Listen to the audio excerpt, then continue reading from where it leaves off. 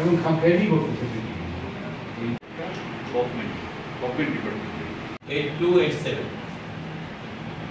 এটা যে কেউ চলা কেউ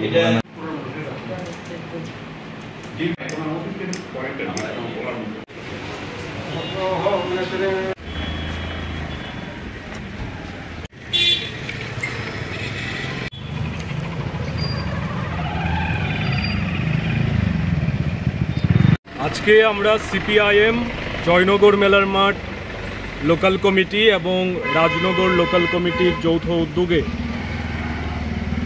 ড্রিঙ্কিং ওয়াটার অ্যান্ড স্যানিটেশন ডিপার্টমেন্টের ডিভিশন 1-এর যিনি এক্সিকিউটিভ ইঞ্জিনিয়ার ওনার সাথে প্রতিনিধিমূলক ডেপুটেশনে মিলিত হয়েছি।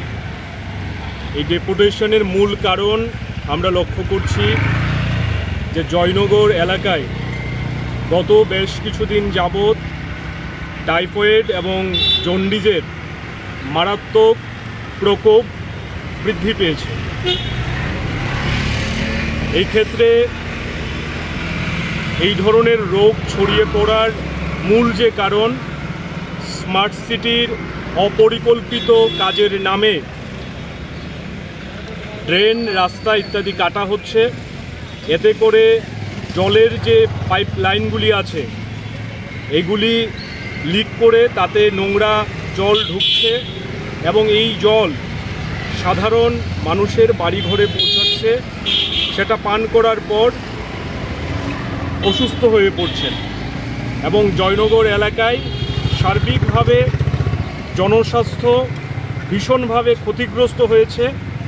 আজকে আমরা যখন ডিডব্লিউএস ডিপার্টমেন্টের এক্সিকিউটিভ ইঞ্জিনিয়ারের সঙ্গে কথা বললাম, উনিও আমাদের সঙ্গে সহমত হয়েছেন যে স্মার্ট সিটির কাজ অপরিকল্পিতভাবে করার ফলে এবং বিভিন্ন দপ্তরের সঙ্গে সমন্বয়ের অভাবের কারণেই এই ধরনের পরিস্থিতি তৈরি হয়েছে এবং এতে করে জনজীবন যেভাবে বিপর্যস্ত হচ্ছে তার প্রতিবাদ আমরা জানিয়েছি। আমরা দাবি করেছি যে পানীয় জলের মতো বিষয়, এই নিয়ে কোনো ধরনের কম্প্রোমাইজ করা চলে না।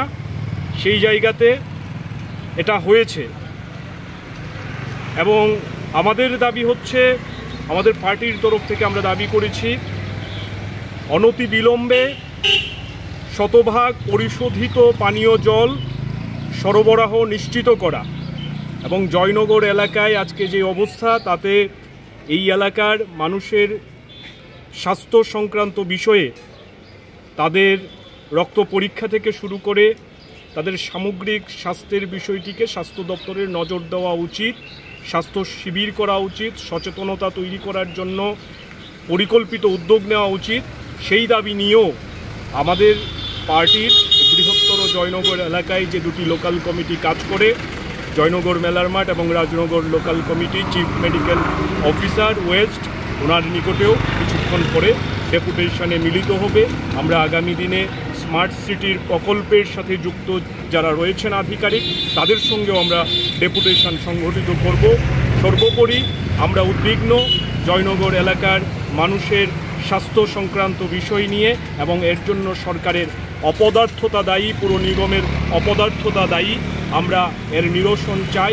স্মার্ট সিটির কাজ আরও বেশি পরিকল্পিতভাবে হওয়া উচিত এবং তার মধ্যে যে সমন্বয় তৈরি করা সেটা হচ্ছে না। সেই সমন্বয় তৈরি করে যাতে সমস্ত দপ্তর একত্রিতভাবে কাজ করে, সেই দাবি আমাদের পার্টির তরফ থেকে আমরা রাখছি।